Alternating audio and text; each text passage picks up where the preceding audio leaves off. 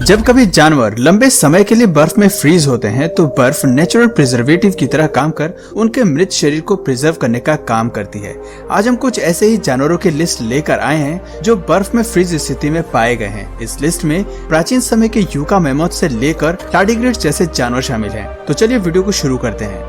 बर्फ के नीचे फ्रीजिंग कंडीशन में मिले हुए जानवरों में सबसे पहला नाम आता है यूका मैमोथ। यूका मैमोथ सबसे फेमस और अहम जानवरों में से एक है जो 2010 में वैज्ञानिकों को रशिया के लेप्टिव सी कोस्ट पर मिला। इस जीव के बारे में सबसे अजीब बात थी कि ये 40,000 साल पुराना था और इसे पूरी तरह से मोमिफाइड किया गया था। वैज्ञानिकों की माने तो ये पहला ऐसा जीव था जिसका दिमाग पूरी तरह से सही सलामत कंडीशन में था। इसके दिमाग की सभी ब्लड वेसल्स को स्पष्ट रूप से देखा जा सकता था।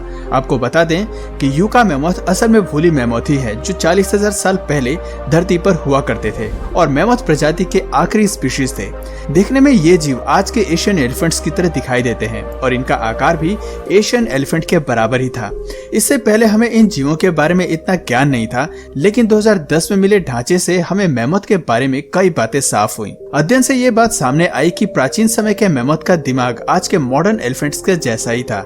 साथ ही साथ इस एक्सटिंक्ट जानवर का डीएनए आज के हाथियों से कई मायनों में मैच करता है। ऐसे में रिसर्चर्स का मानना है कि बेहतर तकनीक और शोध के दम पर विलुप्त प्रजातियों को वापस लाया जा सकता है। फ्रीजिंग स्थिति में मिले इस जीव के ढांचे से हमें अध्ययन में एक बड़ी सफलता हाथ लगती है। ऐसे में रिसर्चर्स को इस बात पर यकीन है कि हम आने वाले भविष्य में इन दिग्गज जीवों को धरती पर फिर से जीवित देख सकेंगे।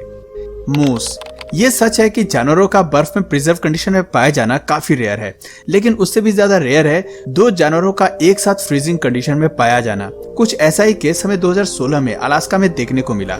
दरअसल हाइकर्स की एक टीम को बर्फ में 8 इंच नीचे दबे हुए दो मूस दिखाई पड़े जो लड़ते हुए फ्रीज हो गए थे। जमे हुए ये स्टैचू देखकर यही लगता है कि ये दोनों जीव अपने झगड़े में इतने खोए हुए थे कि जमती हुई बर्फ को नोटिस नहीं कर पाए और अपनी जान से हाथ धो बैठे। दोनों के प्रिजर्व शरीर से पता चलता है कि तापमान गिरने से पहले दोनों ठंडे पानी में कूद पड़े होंगे, जिस वजह से ये जल्दी ही फ्रीज हो गए। इसलिए कहते हैं कि हमेशा अपने सभी सेंस को सजग रखना जरूरी है। बर्फ में मिले इन दोनों स्टैच्यू को लोकल लोगों ने जल्दी बर्फ से निकालकर प्रिजर्व कर लिया ताकि अध्ययन में इनका इस्तेमाल किया जा सके। फिश। मछली जैसे समुद्र जीवों के लिए बर्फ वरदान और अभिशाप दोनों का काम करती है। जब कभी समुद्र की ऊपरी सतह पर बर्फ जम जाती है तो ये समुद्र को गहराई तक हल्का गर्म करती है ताकि सर्दी के दौरान मछली सरवाइव कर पाए। लेकिन कुछ केसेस में जमी हुई बर्फ अपने साथ कुछ मछलियों को भी फ्रीज कर देती है, या यूं कहें कि समुद्र के ऊपर जमने वाली बर्फ इतनी मोटी होती है कि नीचे मौजूद समुद्री जीवों की जान पर बनाती है। 2014 में नॉर्वे में भी हमें कुछ ऐसा ही केस मिला जहाँ ठंडी हवा ने तेजी से तापमान गिराया और समुद्र के कुछ हिस्सों को तुरंत बर्फ में फ्रीज कर दिया। इस दौरान हजारों मछलियां खुद को बचाने में असमर्थ रहीं और अपनी ही जगह पर पूरी तरह से बर्फ में जम गईं। बर्फ की चादर इतनी मोटी थी कि लोग आसानी से उस पर चल पा रहे थे। इस घटना ने हजारों मछलियों को फ्रीज कर दिया, जिसका लोकल इकोसिस्टम पर भी गहरा प्रभाव पड़ा। मछलियों के फ्रीज होने से पक्षियों ने भी माइग्रेट करना शुरू कर दिया क्योंकि उनके पास खाने के लिए भोजन की कमी हो गई। यूकागिर बिसॉन। हम सभी जानते हैं कि साइबेरिया दुनिया के सबसे ठंडे इलाकों में से एक है। ऐसे में यहाँ पर जानवरों का फ्रीजिंग कंडीशन में मिलना तो बनता ही है। यूका मैमोथ के अलावा यहाँ और भी कई जानवर हैं जो फ्रीजिंग कंडीशन में मिले हैं। हम बात कर रहे हैं यूकागिर बिसन की, जो 2011 में साइबेरिया में फ्रीजिंग कंडीशन में पाए गए। आपको बता दें कि यूकागिर बिसन मॉडर्न बिसन के प्राचीन पूर्वज हैं, जिन्हें आदिवासी जनजाति के समूह ने साइबेरिया के याना इंडिगार का लोलैंड में पाया। इस जीव का शारीरिक ढांचा बर्फ में पूरी तरह प्रिजर्व था, खासतौर पर इसका दिमाग बिल्कुल सही स्थिति में मौजूद था। रिसर्चर्स का कहना था कि ये ढांचा अब तक का पाया जाने वाला सबसे सटीक ढांचा है, जो कि 9000 साल से ज्यादा पुराने होने के बावजूद बिल्कुल सही स्थिति में है।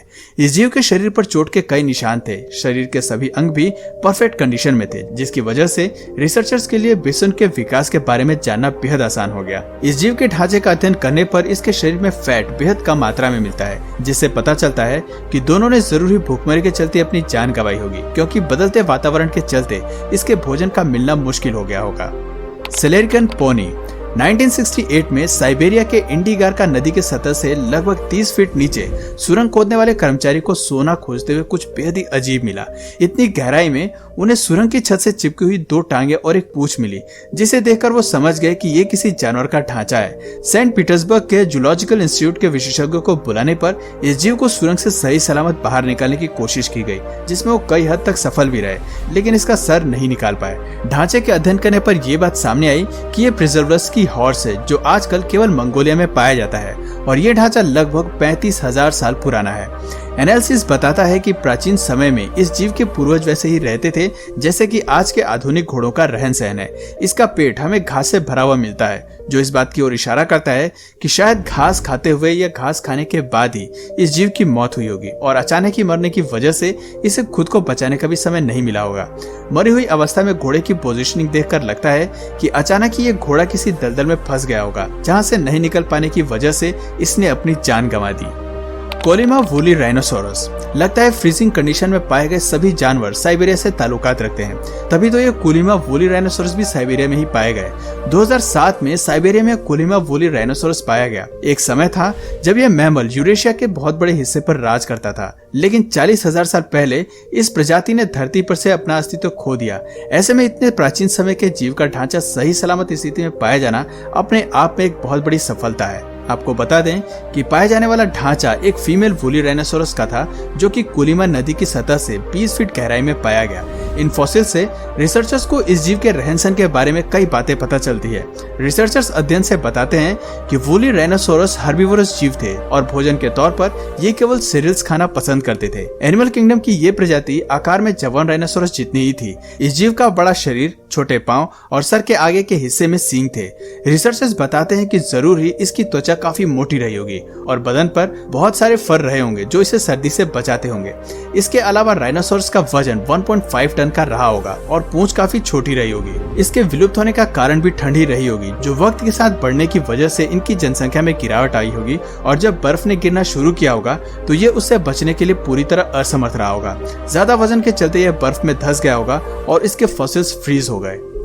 टार्डिग्रेड्स। इस लिस्ट में हम जिस जीव की बात करने वाले हैं वो कई लाखों सालों से बर्फ में फ्रीज रहने के बावजूद भी जिंदा रहने में सफल हैं और इन जीवों की खोज साइंस की नजर में काफी महत्वपूर्ण है। हम बात कर रहे हैं सबसे छोटे माइक्रो ऑर्गेनिजम्स टार्डिग्रेड की। टार्डिग्रेड एक 8 टांगों वाला माइक्रो ऑर्गेनिजम्स है, जो पृथ्वी पर कई लाखों सालों से जिंदा है। धरती पर पर्वतों से लेकर गहरे महासागरों और अंटार्कटिका तक ये जीव हर जगह फैले हैं।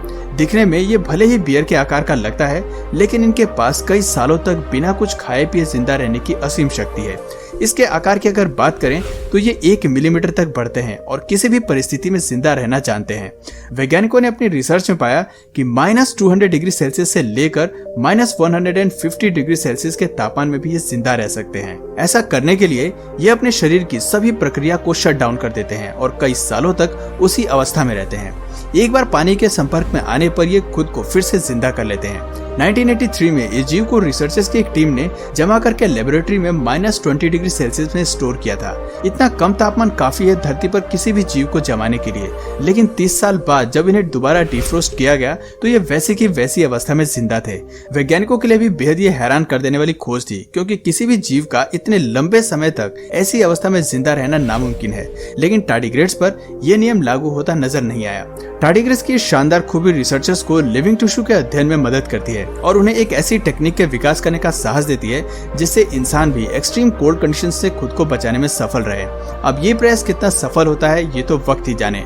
तो दोस्तों, ये थे कुछ ऐसे जीव जो बर्फ के नीचे फ्रीजिंग कंडीशन में पाए गए हैं। हालांकि हमें केवल इनके ढांचे ही प्राप्त होते हैं, लेकिन इनके फॉसिल्स की बदौलत हमें प्राचीन जीवों के बारे में जानने का मौका मिलता है। तो दोस्तों, क्या हम इन जीवों को दोबारा से धरती पर देख पाएंगे या नहीं, कमेंट करके जरूर बताना। और अगर इस वीडियो से आपको कुछ नया जानने या सीखने को मिला तो प्लीज इस वीडियो को एक लाइक करके अपने फ्रेंड्स और फैमिली में इसे जरूर शेयर करना। और यदि आप इस चैनल पर नए हैं तो प्लीज इस चैनल को सब्सक्राइब करके बेल नोटिफिकेशन आइकन को ऑन कर लीजिए, ताकि हमारे आने वाले वीडियोस आप मिस ना करें। मिलते हैं फिर किसी वीडियो में नए टॉपिक के साथ, तब तक के लिए नमस्कार।